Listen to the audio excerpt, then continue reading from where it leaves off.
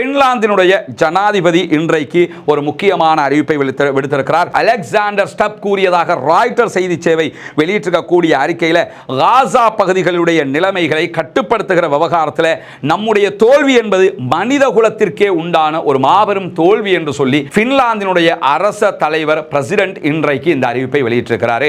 நம்ம அத்தனை பேருமே காசா மக்களை பாதுகாப்பதில் தோல்வி அடைந்து விட்டோம்.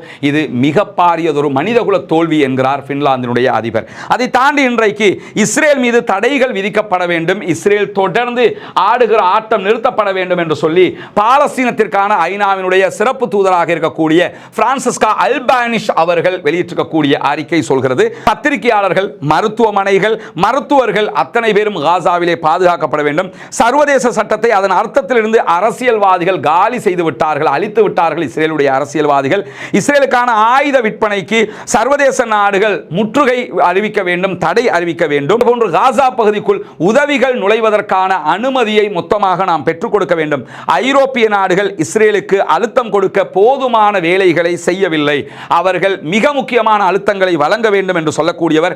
இஸ்ரேலுக்கான ஆயுத விநியோகத்தை ஆதரிக்கும் நிறுவனங்கள் மீது அழுத்தம் கொடுக்க வேண்டும், தேவைப்பட்டால் தடைகளையும் விதிக்க வேண்டும் என்கிற கோரிக்கை இன்றைக்கு பிரான்சிஸ்கா அல்பானிஷ் பாலஸ்தீனத்திற்கான ஐநாவினுடைய சிறப்பு தூதர் வெளியிட்டிருக்கக்கூடிய அறிக்கையிலையும் சொல்லியிருக்கக்கூடிய நேரத்தில் இறுதியாக இன்றைக்கு வெளியாக இருக்கக்கூடிய ஒரு முக்கியமான செய்தி என்ன?